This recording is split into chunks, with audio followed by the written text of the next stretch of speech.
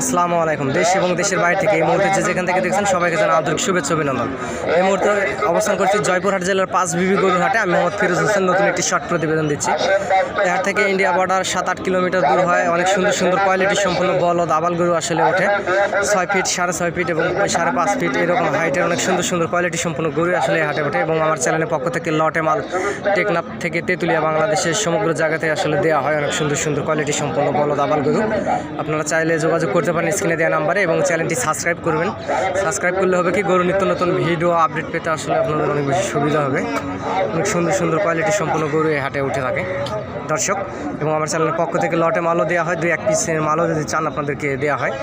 আর দয়া করে নিশ্চয়ই চ্যানেলটি সাবস্ক্রাইব করবেন। সাবস্ক্রাইব করলে হবে কি গরু নিত্য নতুন ভিডিও আপডেট পেতে আপনাদের অনেক বেশি সুবিধা হবে।